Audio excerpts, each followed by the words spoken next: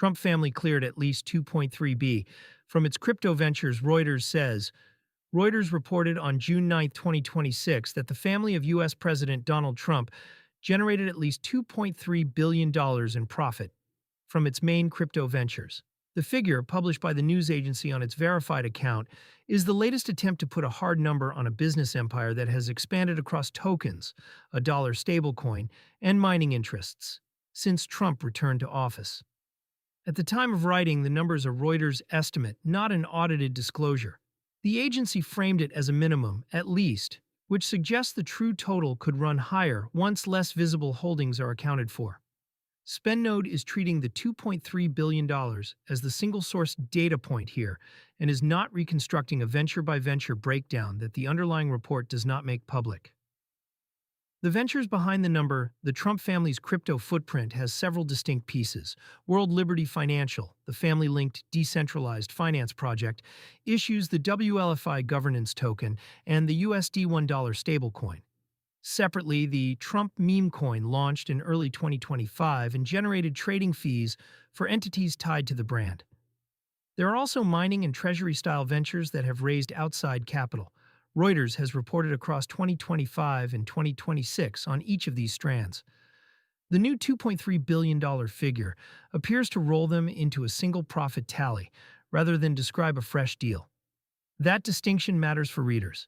This is an accounting story about money already earned, not an announcement of a new product or a new token sale. Timing against an extreme fear market. The report arrives at a bleak point for crypto sentiment. As of June 9, 2026, Bitcoin trades near $62,617, down 1.0% on the day and 9.8% over the past week, per CoinMarketCap. Ether sits at roughly $1,669, and Solana near $66, both nursing double-digit weekly losses. The Fear and Greed Index reads 15, deep in extreme fear territory. That backdrop sharpens the contrast at the center of the story. A profit tally, measured in billions for insiders, lands in the same week that retail holders are sitting on steep drawdowns. The original Reuters post drew quick engagement, with dozens of reposts inside the first hour, because the gap between the two outcomes is easy to grasp. Stablecoins sit at the policy crossroads. For anyone who funds a spending account or a crypto card with dollar tokens, the most relevant thread here is USD1. A stablecoin issued by a venture tied to a sitting president pulls regulators and ethics watchdogs into the same conversation as the broader rules for dollar-backed tokens.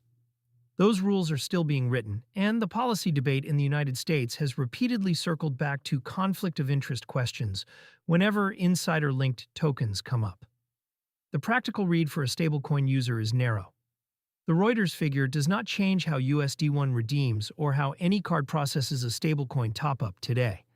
It does raise the political temperature around the asset class, and political temperature is one of the inputs that shapes how fast, clear federal stablecoin rules actually arrive. The limits of the Figure 2 cautions are worth stating plainly. First, at least $2.3 billion is an estimate built from disclosures, filings, and reporting, not a number the family has confirmed line by line. Second, profit on paper is not the same as cash realized, and the report does not resolve how much of the total reflects token holdings still exposed to a falling market versus fees and sales already banked. Readers chasing the specifics should go to the primary Reuters report rather than secondhand summaries, including this one. The headline number is sourced. The granular split behind it is not something to infer.